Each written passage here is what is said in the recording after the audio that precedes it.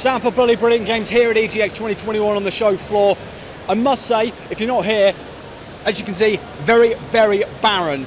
Expected, to be fair, given until very recently the organisers didn't know they were going to be able to put this show on. But a lot of indie devs, which is always nice to see, does harken back to the old days of EGX when you did have mostly indie devs. But the lack of Microsoft and Sony like we've had for the past couple of years battling on the skyline does really tell. The fact is we've got a massive Virgin Media Fall Guys booth and Team 17. Team 17 are the only major publisher here at EGX this year. Lots of indie devs though, as I mentioned, which is always good to see, as we're going to try and talk to as many of them as humanly possible, and maybe even the folks from Team 17.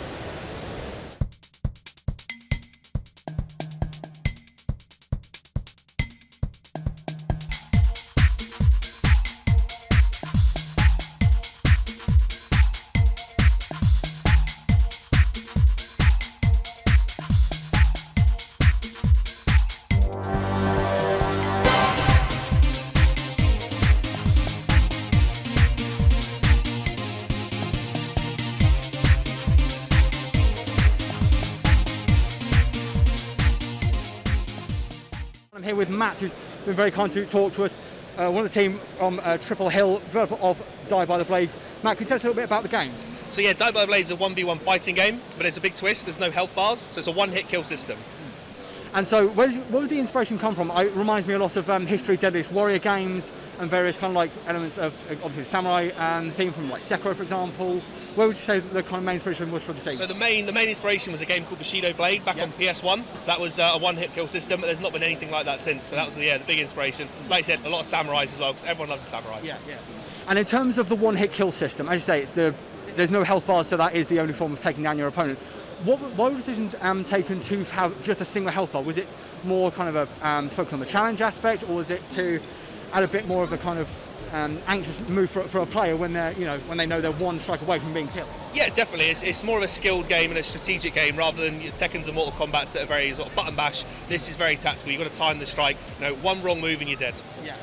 And in terms of the art style, it gives me very kind of like cartoonesque, ancient kind of illustration vibes. Yeah. Would you say that was kind of the main inspiration, or was there something else you were looking at, maybe other IP that really inspired it? Yeah, definitely. I mean, it's that kind of, we've got a comic book as well for it, so it's very like comic book style-y as well at the same time, whilst incorporating all the samurai culture.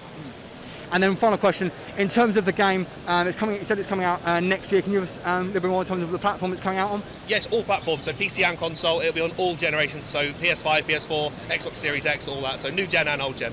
Perfect, thank you very much for talking to us, Matt. No problem at all. A big thank you to Matt again from Triple Hill Games for talking to us. Die by the Blade certainly looks very interesting. The one-hit kill mechanic could bring some real tension to one-on-one encounters. The art illustration is very reminiscent of samurai folklore and imagery, and it reminds me a lot, as I said in that interview, of the History Deadliest Warriors games.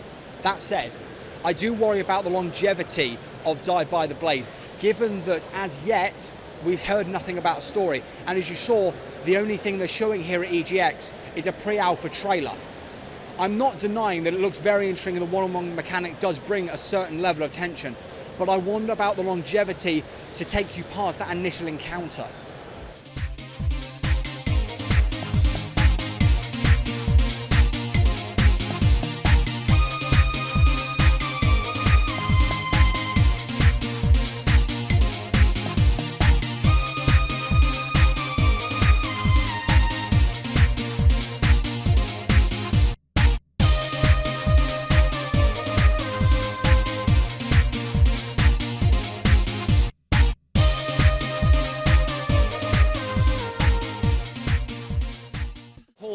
From Outlier Games has been very, very kind to talk to us. Paul, thank you for giving us a moment of your time. No worries.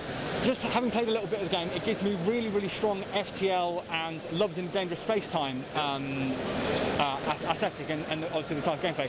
Would you say those are the two main inspirations for it, or is there something else that really inspired this type of title? Yeah, well, it definitely inspired by FTL. The format of the game is very similar to the structure of FTL in that it's roguelike, procedurally generated, so it changes every time you play, and there's a huge huge host of systems that you can get and encounters and things. The other element, yeah, Lovers in a Dangerous Space-Time is a great kind of ship management. There's also a lot of multiplayer games like Overcooked that really have that kind of frenetic action. So those are the genres that we're trying to blend, the roguelike and the multiplayer element as well. And in terms of the multiplayer, you've gone for 4-player. Was that a decision because that's obviously the standardised multiplayer form, or was there, would you say there was a specific kind of gameplay reason behind it? Because you could have gone for 2-player. Obviously, it can be played 2-player. But why would you say that 4-player is kind of the best way to play this? Yeah, well, 4-player works really well on consoles, so that was really the thinking there. So it is available single player. It can be played local multiplayer with up to 4 people, and it's online multiplayer as well. So you can get matchmaking and join other people's crews online. So it felt like a good balance. If you have a lot of people, then there's more going on the screen, so it gets very chaotic already with four people. Yeah. So we wanted to make sure it's still understandable and strategic as well, as well as having that kind of cooperation aspect. And in terms of the upgrade system, of course you've gone for orbs as opposed to a standard kind of upgrade menu. From that little bit we played there, we couldn't see if the upgrades kind of expire as you kind of don't pick them up. Could you tell me about the thinking as to having them be a thing where you've got to actually go and pick up the upgrades as opposed to just a generic menu that may pop up after you've leveled up? Yeah, it's a really good question because this went through a lot of iterations. So really the reason is the developing a menu that's accessible for 4 people at once is really tough, right? So there's like cursors going all over the screen, you've got different pop-ups and things. So in this we had trying to change of how we did that by switching to everything being physical. So that's very intuitive for people to understand. You pick something up, you put it down, and everybody can do that at once. So if you've got some person that's repairing the ship, someone that's firing the gun, someone that's installing an upgrade, everybody can do the same live, rather than having to wait and break up the action for menus. And then, can I ask you about the art style? Of course, it's very kind of, almost like over-exaggerated, almost like a pop sort of aesthetic. Can you tell me behind the thing behind that, and then looking at obviously the gameplay screens? Obviously, as you said, we see a lot of FTL inspiration, but in terms of the move around, in terms of the way you've designed the ship, for example. Yeah, the art style really, the core thing to get across in terms of gameplay was clarity, right? So we chose a relatively simplistic cartoon style, so that it's very accessible for people to get into, and also clear what's going on when you're playing. And then final question, in terms of going forward, could you tell us about the game's release date, with the launching and early access, that kind of thing, and the systems it's coming out on as well? Yeah, so the demo just came out a week ago, so you can play it on Steam, and that's got single player, local multiplayer and online multiplayer. And the full game we're aiming for early access release January, February next year. Perfect, thank you. And it's just on Steam, is that correct? On Steam, yeah, on Steam. Hopefully consoles after that. Yeah, okay. Thank you very much for your time, Paul. No worries. A very, very big thank you to Paul from Outlier Games for talking to us about their new title, This Means Warp. It very much had shades of, as I said in that interview, FTL and Lovers in a Dangerous Space-Time. The gameplay is very solid, the controls are a nice mix of simplicity, so it's very easy to pick up and play, but they have a level of complexity that once you've mastered, you can be completing tasks in half the time you were initially.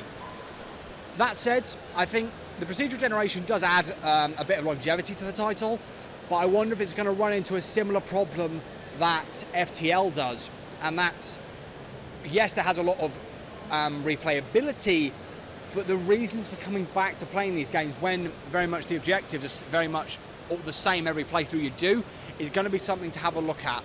Though, I will say, to me, This Means Warp is one to keep an eye on. Matt, talk to me about the game. It's a very, very cute aesthetic. You said on the stage last night, it's very much inspired by Call of Duty Zombies. Talk to me about where the inspiration, why you decided to make this type of game.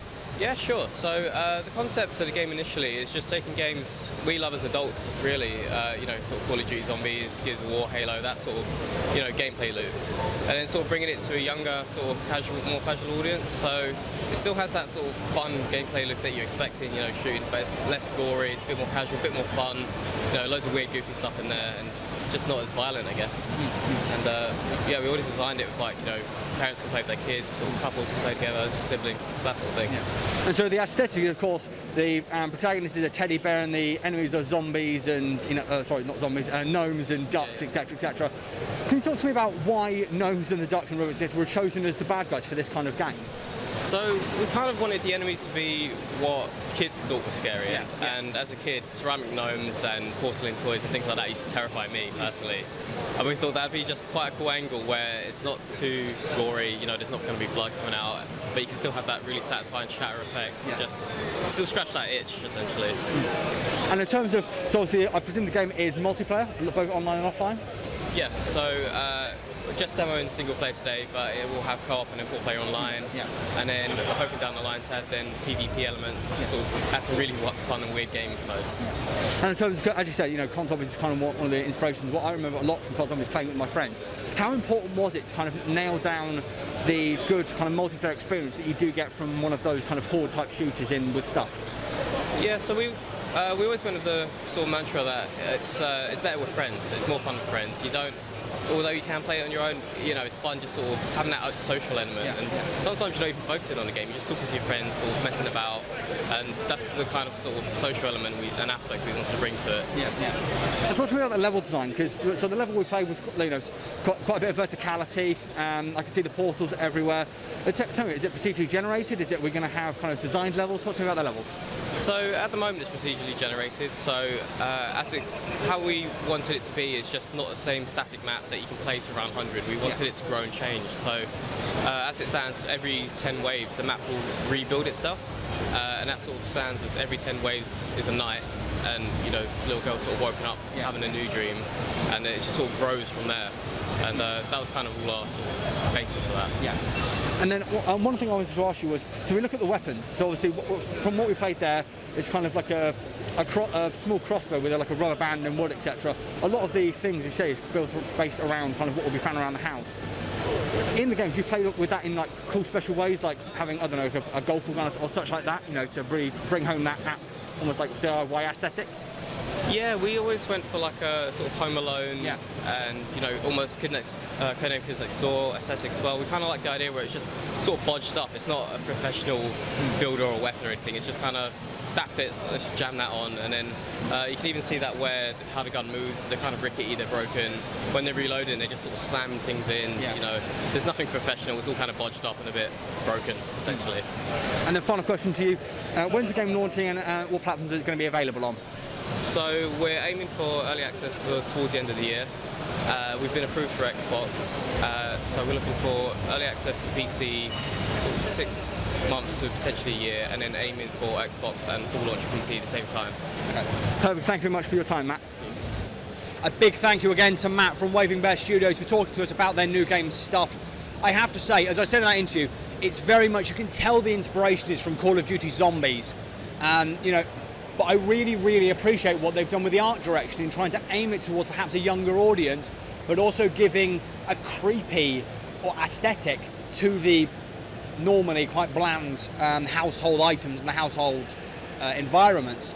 The weapons are really, really unique. I have to say, I quite like the way they've taken certain like household appliances and stuff and bodged them together to become like a crossbow or a shotgun or a Gatling gun, for example. I really appreciate that. The one issue I do have with it is, while the maps are all procedurally generated, it again falls into the problem that most procedural generation games could fall into, and that's how far does the procedural generation go? Is there a locked number of assets that these guys have put in place, or have they just gone, let's give everything free reign to generate? We'll have to wait and see, but what I will say is that stuff is looking very, very interesting.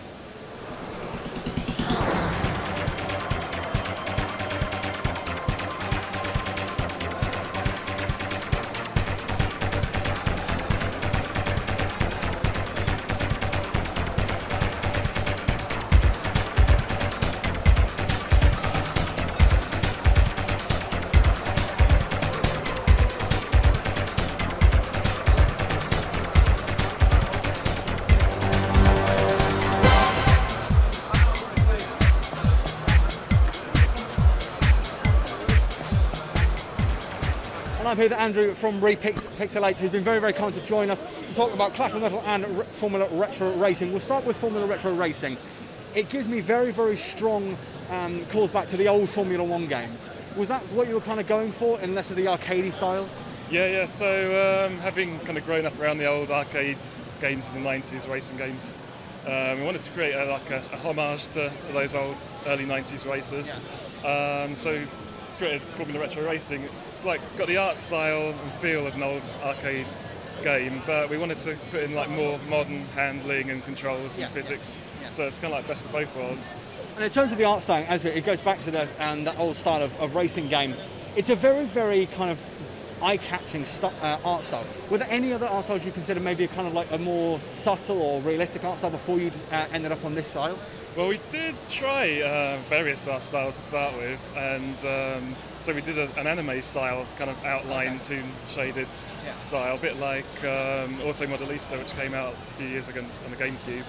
And then trouble is, though, to keep it like honest to like the old 90s style, we want to keep it low poly, simple graphics. So it's actually a struggle to restrain ourselves in order to keep the graphics as simple as possible. So have things like shadows and reflections creeping in, and the next thing you know, and all sorts of VFX. Next thing you know, it's actually no longer like 90s style. It just looks like a bad modern game. So And in terms of the tracks, talk about the tracks for a moment. So the first track you've got in this demo is kind of very much an IndyCar style track. Then you go to more kind of like Monte Carlo and all those kind of things. How important was it for you to almost pay homage to the different cultures of racing with the different tracks you've got in this game? So we wanted to keep it as varied as possible. So one thing I wanted personally to put in was a recreation of Monaco, because that's like my personal favourite Grand Prix circuit. So we have Monte Carlo in the game. Then there's like a banked oval, which allows for game mechanics like really crazy crashes and destruction physics. And then there's a few other kind of fictional tracks and a few GP circuits. And then later on in the game, there's some like really crazy ones, like a forest circuit, which is totally inappropriate to Formula cars, but it's all light-hearted and for the fun of it. And if we've moved on to Clash of the Metal, it's very much kind of it seems like an anime style kind of fighter. Can you talk about like where the inspiration came for this game? So this one has literally only been in development for a few months now. So we brought it to the show kind of early on to get feedback.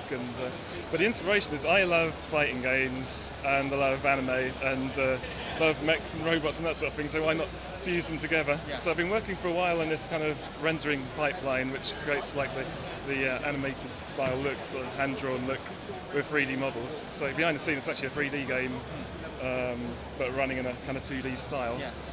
And inspirations are like the Guilty Gear series and Marvel vs. Capcom, but wanted to create something a bit different, so out of that came this. So as you can probably tell, the art style is pretty kind of adventurous, I'd say is the word, like the monochrome backgrounds and the garishly coloured foreground sprites. So yeah, we wanted to do something different whilst making a fighting game which is fun to play. And when it comes to making this type of fighting game, of course, as you say, there's so many, like Marvel vs. Capcom, there is standard Street Fighter series, Tekken, all those kind of things. How tricky is it when making this type of title to kind of make something original, whether it be the moveset or even just something as the health bars on the interface? I think it's more of like taking a game that for us, it's taking a game that we liked, Marvel vs. Capcom, because that was mechanics in that are kind of more beginner friendly. So we looked at that, and then we looked at how can we switch it up a bit to maybe merge in elements from Street Fighter. We've merged in some elements from some really old PS1 fighting games which are a little bit obscure, and like take bits from here and there, like best bits from some games, and add in our own unique touches as well. Like we've got some kind of new combos and special moves which haven't really been used before. So yeah, I mean it's kind of, we're aiming to make it more of a light-hearted game than like your hardcore professional kind of fighting esports title. And then final question on Clash of the Metal, in terms of the story mode that I can see you've got, is it going to be a case of playing as different characters? With that's always the direction that fighting games go for, or are you pitching it as kind of a central protagonist? Well, to be honest, we haven't actually worked out the story mode yet. We haven't planned, so that's the next thing we're going to be working on. But visually, what we're aiming for is like a manga-style comic book, so black and white, hand-drawn, where you flip the pages between each battle, and like the story progresses through there, and then you play through the characters, good and bad.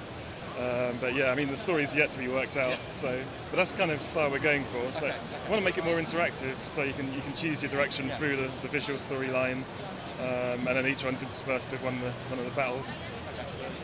And then with regard to these two games, can you tell us what platforms they're coming out from? I'm not sure if my viewers could see the platforms, what time they're coming out and when they're going to be coming out. So Formula Retro Racing, that actually came out in May last year on Steam and Xbox, so it's out now on Steam and Xbox, coming out on PlayStation 4, PS5, hopefully the end of this month, if not early November.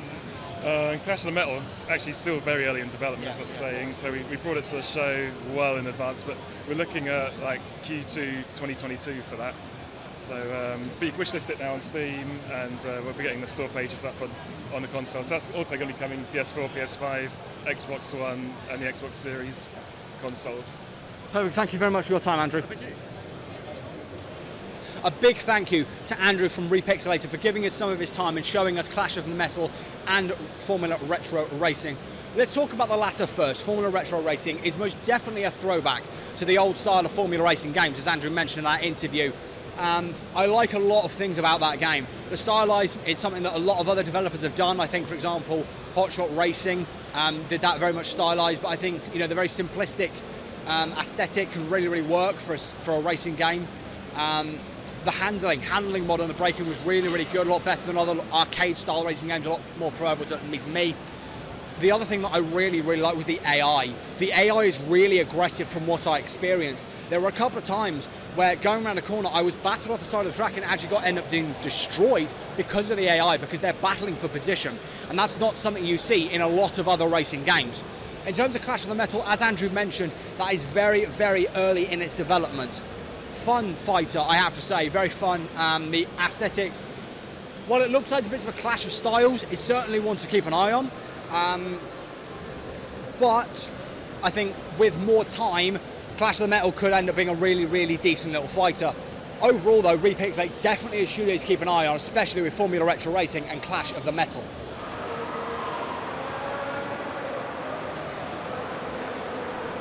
Unfortunately, we were not able to get an interview with anyone from Larian Games or Crytek due to time restraints on both sides.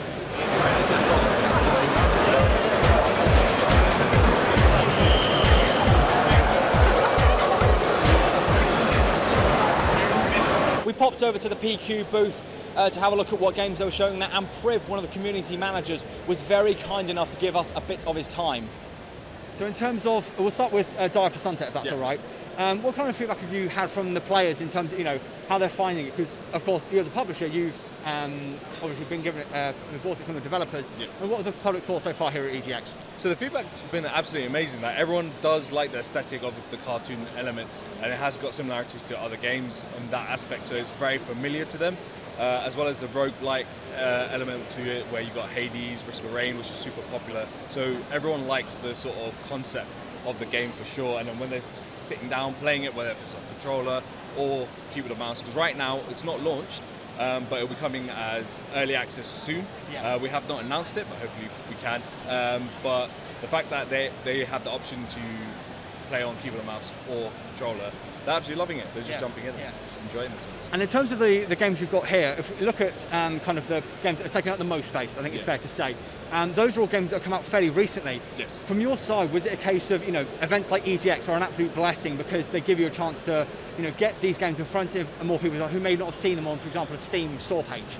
Yeah, so to be honest, for PQ ourselves, we haven't been at an event in over 19 months. Oh, wow. So it's not something like, and all of these games have come out during the pandemic. Yeah. So one of the strategies that we haven't been able to do are events. So the fact that EGX have been absolutely amazing, tried to get the green light to go ahead as quick as they possibly can, and then we're able to set up at the same time, we're able to at least get direct feedback from everyone, whereas we would always have to depend on comments or feedback through beta testing and play tests that Steam's doing, which is good. You can reach a lot of people, but myself as a community manager, I like being able to interact with the community directly, understand what they like, what their preferences are, and finding out what the common issues that they might have or the common likes. So this way we know how to continue marketing the games, because the developers put so much passion, put so much of their time into the game, and you can tell how much they invest into the game as well. We want to do the best we possibly can to market it and get it out there so people can see it and see how great the games are. And I wanted to ask, in terms of course, this being the first pretty much public game show back since the pandemic, how have you guys found it? There's a lot of people obviously surrounding your booth. has it been kind of almost like a net gain given the fact that we've got no Microsoft, we've got no Sony, got no Nintendo? More people are focusing on this end of the show floor. How have you found that in terms of really kind of controlling the numbers of people looking at the games and such? Well, with EGX, they did the best they possibly can, and it's been absolutely fantastic, especially for the indie games. But like, as for me, as a person who loves games and grew up with video games, it's a shame that we can't see the big titles and people aren't able to queue up to play all of these amazing games coming out. But at the same time, this is the perfect moment for indie developers to showcase their games, because there's such a diversity of games, especially for P-Cube alone. We have such a diversity of games alone. And then we've got the res section in EGX, where everyone is able to like kind of hang out and enjoy way more, rather than having to wait in booths for 50-55 minutes. They're able to come down, just play, and then we get more interaction. So it's been super positive for all independent developers and independent publishers. Here at Bloody Brilliant Games, we like to ask the hard-hitting questions, so I'm going to put you on the spot. Which of the games you've got on show is your favourite?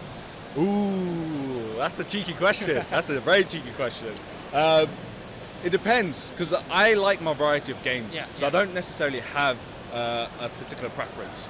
I myself like JRPGs. I do like long-winded games purely because I like to invest so much time into it, because I'm able to invest in characters and everything like that. But joining P-Cube and seeing the diversity of games that we have, it's very difficult to put it down, because we've got Guitar Fables, where you've got a really cutesy, wholesome game where it's action adventure, again similar to like Cat Quest 2. It's a good start to anyone who has not played like action RPG, even adventure. So it's good to kind of get into it, and they're both multiplayer, so you can play with someone else. So it has that element to it. But then you've got Die After Sunset, which is super action-packed. There's a PvE element, so you can have fun with the campaigns, the events, and like different ways of kind of getting around and kind of progressing since it's a roguelite. And then you have Plane Effect, which is super cinematic, purely puzzle-based, which I love. So growing up, puzzle games was huge for me. So being able to invest time to characters, and then having that cinematic element to it, especially because the developers are ex-visual effects developers. Basically, it's just there's so many good parts to all of the games. It's so difficult to even say which one can be my favorite. But one of the ones that I really enjoyed for sure, and can play again replayability-wise, I love is probably Tormented Souls, because I love horror games. I love horror games, and I will watch horror movies, but I'm not great with handling the scares and like the creepy environment and atmosphere. But I just love how that has come into fruition from when we started. So I would say, as working on it, that one grabbed my attention the most, but I absolutely love every single game that we have on the stand right now. Thank you so much for your time. Thank you for having me. So thank you very much to Priv for giving us some of his time. Very busy man, I assume, at this EGX. The only real game, as we mentioned in that interview, that was actually new for P-Cube was Die After Sunset. Die After Sunset is a really interesting little title. Stylistically, it takes seemingly a lot of cues from Fortnite. A lot of similar kind of character designs. Enemies not so much, they're kind of a nice original thing, but the overall kind of cartoony drawn aesthetic is similar to Fortnite. There were a few issues we personally had in the gameplay. First of all, I think we should talk about the shooting. So the shooting, the aiming is a tad rough. You do have options here at EGX to play it on either console or on a controller. Stupidly, we thought, let's try the controller. And yet it was not quite as good as obviously it will be on the PC. Enemy spawning very, very quickly. Gives you no time to really rest and consider your options in the middle of a firefight. And on top of that, combining that with a lack of, seemingly anyway, health pickups, it can make firefights more tense than perhaps they should be. That said, you do have armor and health that regenerates, but having pickups to aid that could be a nice little addition. P-Cube are a really interesting developer, because as I said in that interview, Die After Sunset is the only new game they've got here. All the others have been out in the last month, so they're kind of using this to get a bit more exposure onto those titles. With that said, P-Cube have always been an interesting publisher because they produce a lot of very interesting, unique types of titles with unique themings. So Die After Sunset is definitely something that may be worth a look in a few months' time.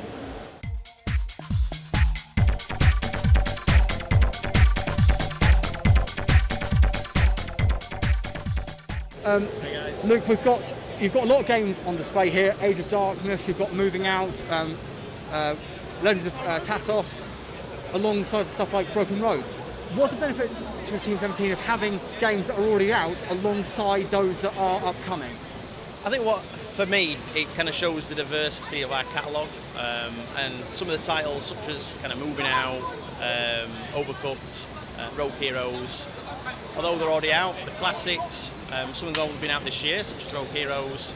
It's nice for everyone to come in and play the kind of couch co-op games that you're familiar with our brand, but also showing what we've got in the future, that we're not just doing one kind of genre.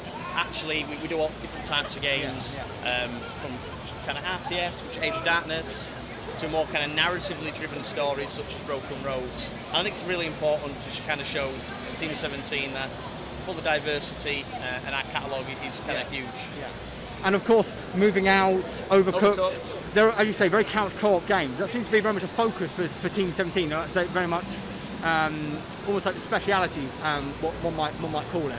What is it about the couch co-op style games that is really is attractive for Team 17? Is it the throwback to an old age? Is it the the fun that all the players can have? What would you say? As you say, alongside the narrative titles. I think for me, what's attractive about it is the fun you can have with friends, right? So Team 17's been a household name since I was young, in the early 90s, and back then, before the internet, it was very much couch co-op, and I think some of these titles kind of encapsulate all those fond memories we had. And games like Overcooked, intense couch co-op, which causes many arguments and many fallouts, and it will end friendships. But ultimately, I think it's nice, especially through like lockdown. Titles like this have helped kind of bring people together in those times. And in terms of, I'm going to put you on the spot, I'm afraid. Which of these games you've got on display would you say is your favourite? I would probably say my favourite will be Thymesia. Bit biased because I'm the producer on that kind of that title here. And probably also maybe Hammerting as well. That's another one of mine. So probably biased because they're mine, but actually I probably enjoy all our titles. But Thymesia, I'm more of a Souls fan, so that kind of it's more my jam, I'd say. So thank you very much for talking to us. I've been very, very kindly joined here by Becky By, the head of PR for Team 17. Just a few questions for you. So first of all, as a developer publisher synonymous with the Worms franchise, were there any difficulties, and if so, how did you overcome it in terms of going from changing the public perception of, as I said, synonymous with the Worms franchise, and then maybe Overcooked, maybe The Escapist. So this really wide range of games we've got here, Blasphemous, Honey, I Joined a Cult, all these other titles.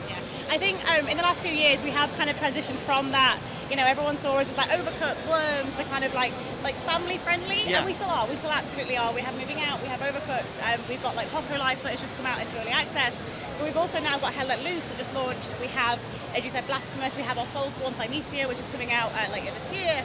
I think as a studio we're like looking to diversify. We're kind of we're not kind of, I don't know if we ever were particularly looking for kind of the family-friendly ones, but we did a lot of those, and now we're like, you know what? No, we want good games. We want games that are fun. We want games that people want to play, and that's kind of what the kind of talent acquisition guys have been focusing on, and getting those games in and signing them, and they're a lot of fun to work on, which is fantastic as well. And in terms of these games, we've got, as you say, Overcooked, Moving Out, Rogue Heroes, Legends of Tatos, along with stuff like Thymesia, which is coming out soon. I wonder what the strategy was in terms of putting these kind of well-established names alongside, the upcoming games. Was it more as kind of a message to the players who maybe love Overcooked, going, hey, we've got you maybe love Overcooked, we've got this game we think you also might love, or is it a case of trying to use the name that Team 17 has to, as you say, build up such a catalogue of great games? Yeah, I mean, I think the games speak for themselves for the most part. Obviously, people will come and play Overcooked because we have Overcooked, right? But then saying that, we also have Alien Breed on the booth today. It's Alien Breed's 30th anniversary next month, and we brought that along. It has actually been one of our most popular games. We kind of brought it along as like a happy birthday Alien Breed, and people have genuinely been loving it so much.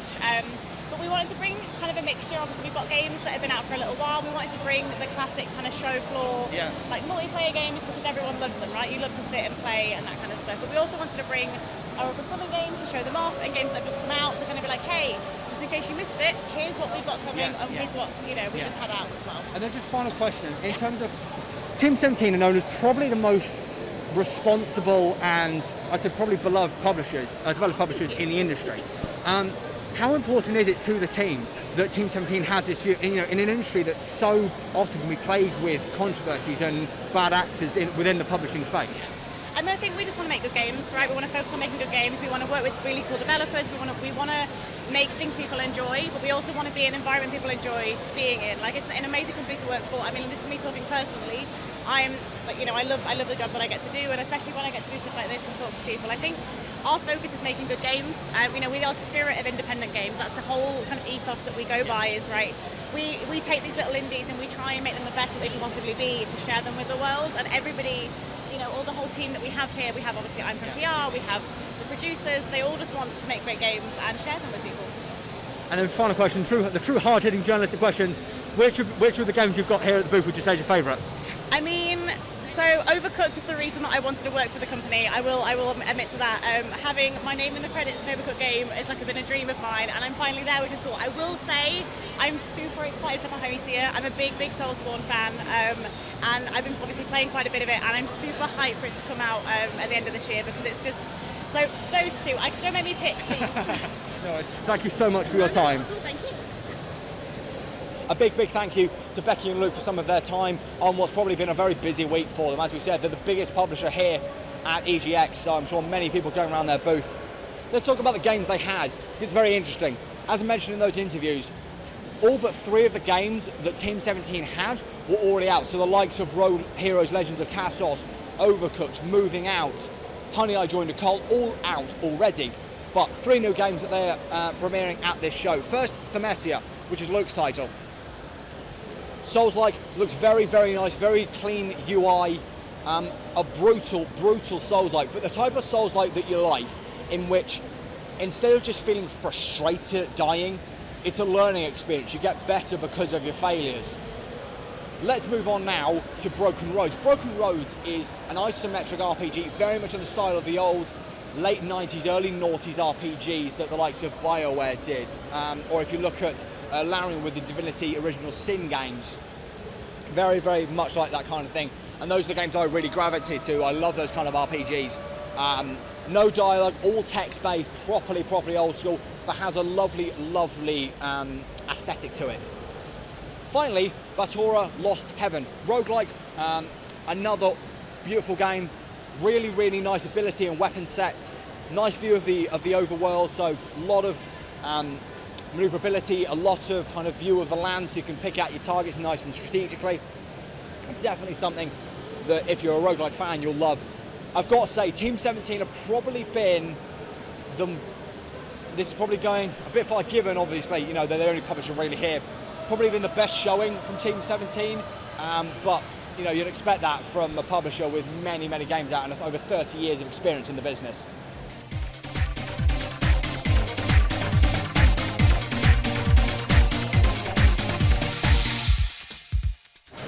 A big thank you to all the developers we spoke to today for giving us some of their time and showing us their games. And a big thank you to you, the viewers, for tuning in. Please like, comment and subscribe. Let me know in the comments any of your thoughts on the games that we looked at here at EGX over the past 2 days. Big thank you to Tom, cameraman, for trudging along with me during this journey. Thank you very much. I shall see you in the future.